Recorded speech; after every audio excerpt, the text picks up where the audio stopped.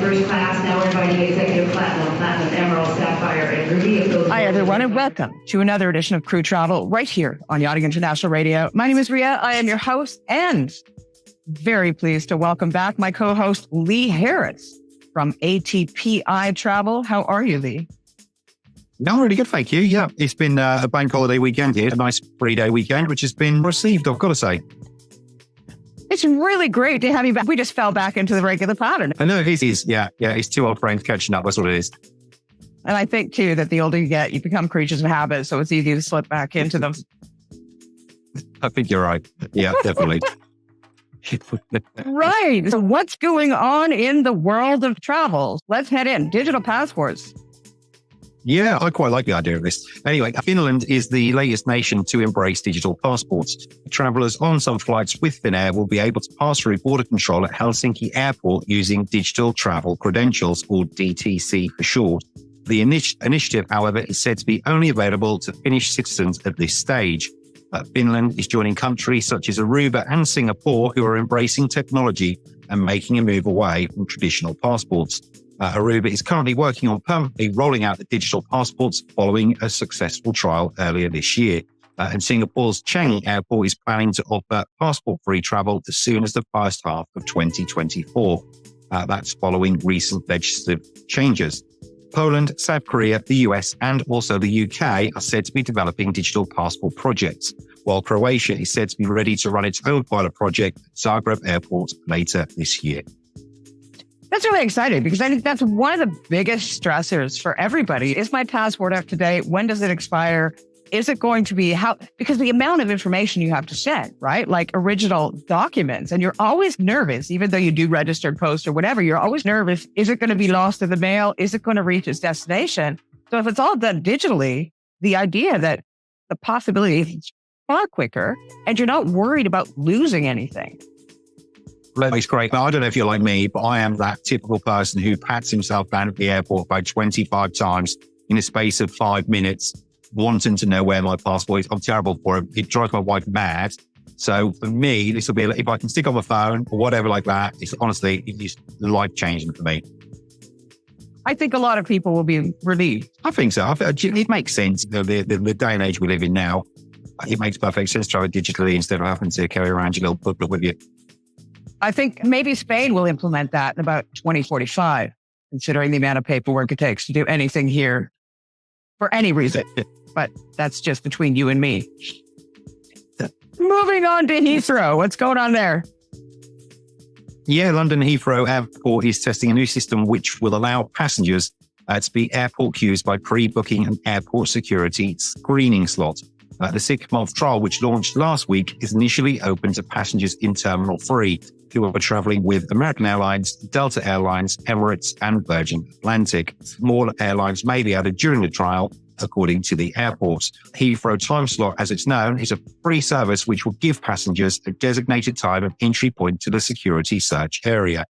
This new trial will give passengers that extra added bit of certainty and reassurance ahead of their journey. The outcome of the trial will inform any future extension or rollout to other terminals. Nice. And news for Air New Zealand. Yeah, again, I like this. This is all about digital stuff with travel, which I think go great hand in hand.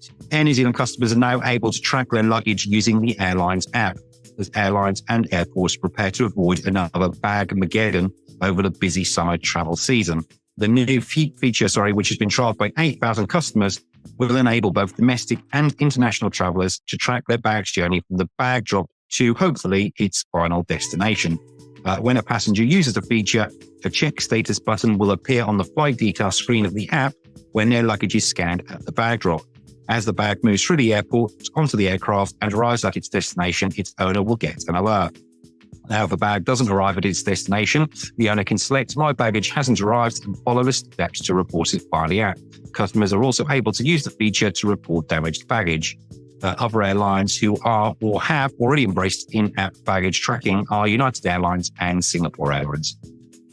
See, the only thing that I think it's great, but the only thing that kind of worries me about that is that with everything going so digitalized and everybody having their own app, you're going to have so many apps on your phone that you're going to be scrolling for 20 minutes. It's going to be like your passport right now. You're going to be searching your phone frantically to see where the app is. You know, I mean, because everyone's doing it. Everyone's got their own app. There's no sort of centralized system. Indeed. Yeah, that's the thing. Just make sure you've got enough gigabyte on your phone as well to make sure you can download it all. The manufacturers of phone companies will be happy at that. And Qatar Airways. Yeah, free superfast in-flight Wi-Fi is coming to Qatar Airways soon. Qatar Airways will implement Starlink's in-flight connectivity service on board specific aircrafts and routes, giving passengers in all cabin classes access to free high-speed Wi-Fi of up to 350 megabytes per second. These speeds are more than capable of handling heavy-duty downloading, such as video streaming or gaming, to keep passengers connected in the skies. Qatar said that connecting to the onboard Wi-Fi will be via simple one-click access, which hopefully means no lengthy sign-up forms to get online. As yet, no firm date has been given as to when the service will start, but rest assured, as soon as the date's given, we will bring it to you here on Yachting International Radio. But of course, that'll probably be accessed through their app, right? I will think it was probably. You should go check the connection with any passport. Oh, yeah. One more app. So I've already got 4 pages of apps on my phone, and I don't even know what half of them are. But I think sometimes you're worried that if you delete one of those apps, that you don't really know what it is. It's actually something that you actually need. So you end up keeping them anyway, or at least I do. Yeah. I know. Do you know what? I get to my phone. The first 6 pages, I think, are just kids' games where I've downloaded something in a hurry just so they can have something to do on a journey. So I have to scroll for about 2 minutes before I even get to anything relevant to me. Yeah. Yeah. I'm beyond that now because my kids are older, so they've got their own phones. Thank goodness. But I remember those days. I do. Not fun. And then when you had to interrupt their game to do something that you literally had to do on your phone. Oh, my goodness. Yep. Yeah. Yeah. It's not good. No. Buy your kids' phones. Anyways, and moving on to New Zealand declaration.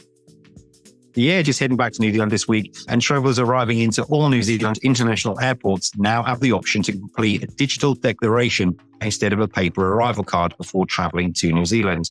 Travellers can complete a digital declaration online at www.travelerdeclaration.govt.nz or via the NZTD mobile app.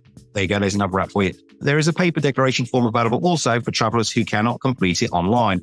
The New Zealand Traveller Declaration System collects travel, customs, immigration, and biosecurity information. So the declaration is linked to a traveller's passport and is automatically assessed when scanned on arrival in New Zealand, which hopefully should quicken up the process because arriving internationally into New Zealand is fun and games at the moment, I've got to say. I tell you, it's like we said last week when I was reintroducing your show, travel is just up in the air. I know I think it was yesterday, there was reports that there was a bunch of flight delays out of France and it's still a mess. And we were at that situation prior to the pandemic. I think it really comes down to the fact that so many airlines and airports got rid of staff. And because once the pandemic was over, their profit levels were so high that they were like, oh, we just won't hire anymore. But it's causing issues. Yeah, it is. Yeah, again, I hope fingers crossed he's getting back to where it was. There has been a big drive on getting employees back into the airports again. The strikes don't seem to be as regular as what they were 6-7 months ago. I'm not saying they're not happening. They are in south places, but they don't seem to be as frequent. So hopefully, fingers crossed, the staffing levels are going to get there. But there's other things in the world going on as well, as we all know, political, And I guess we have to bear in mind, too, that you can't just hire staff and they'll be at the same level as the staff before because they laid a lot of people off on a retirement scheme. So what you see now is that a lot of the senior level crew, whether it be in the airport, ground crew, on the plane, have now been sent home. And so they've got to train newbies and nothing is going to work smoothly until a lot of these people have at least some experience. Yeah, exactly right. And that's a lengthy process, isn't it? It doesn't come overnight. Yeah, in that respect, you're probably looking 12, 18 months before you get to a level, not at the same level, but a consistent level where you're not going to see a drop off at all. So it's like anything when you train, but especially, and when you talk about airports as well, it's not just a training as well. There's a lot of security screening, obviously, that has to go in place as well. So you couple that in with the training. And like we said, it is a lengthy process, unfortunately. Yeah.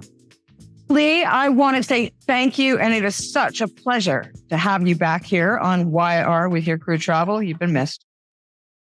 Do you know what? It's been an absolute pleasure. So I'm looking forward to next week already. You've been watching another edition of Crew Travel right here on Yachting International Radio with Lee Harris at ATPI Travel. My name is Ria. I have been your host. We'll see you again next week.